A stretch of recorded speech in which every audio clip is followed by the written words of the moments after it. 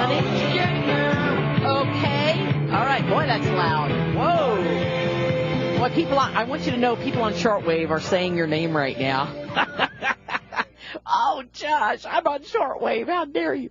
Anyway, welcome back to the Power Hour. Thank you for joining us, and thank you for supporting the Power Hour. We're talking with Bob Chapman today about money. We're talking about the markets. I have to say that the Foreign Affairs magazine has published an article which says the end of national currency.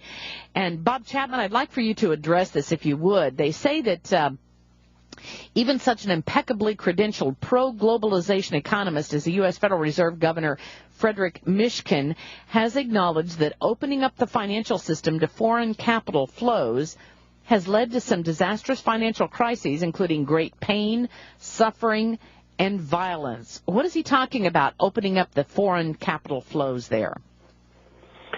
Well, opening up to capital flows would mean that a country like China, having done business with us, had accumulated foreign exchange reserves of $2.2 trillion, of which perhaps $1.5 trillion is in the form of U.S. dollar assets, and that is causing problems within the international system. And so because of that, in the fact that the U.S. dollar is the world's reserve currency, that somehow we must change that and have an international currency. What Mr. Mishkin is not telling you is that when you have this world currency, we'll call it, which is operated by bureaucrats from perhaps Brussels or someplace like that, then you lose your sovereignty, because all of the financial decisions for your country will be made by third parties someplace else. And so if they make a mess out of things, you don't have anybody to complain to. They just say, well, that's too bad. We run the real currency. We do what we want. It's just another ability of controlling the lives of people. Now they want to do it worldwide, and they've been working toward world government for many, many years. What is surprising, Joyce, is I've been doing an awful lot. I probably did 100 programs on ABC, NBC, and Fox over the last month. And almost every host I've been on with understands what we're talking about. They don't bring it up normally on their program, but if they get somebody like me to do it, it's okay. And they kind of defend themselves by saying we're showing the other side of this. But they know what's going on.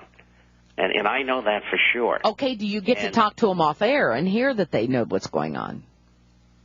Say that again, please. Do you get to talk to them off air and have them say, yeah, I know what's going on here? I mean, do they tell you? Yes, I do. Not all of them, but most of them. And they invariably are inviting me back. And the reason for that is I think it's slightly a reflection of their frustration and what they're thinking. I was on a station in Hartford already this morning, and Hartford's in Connecticut, for those of you who don't know, and he was rather avid. He really understood the subject, and he wanted me to bring forth on it. And then at the end of the program, he says, we must have you back. And I'm getting a lot of that.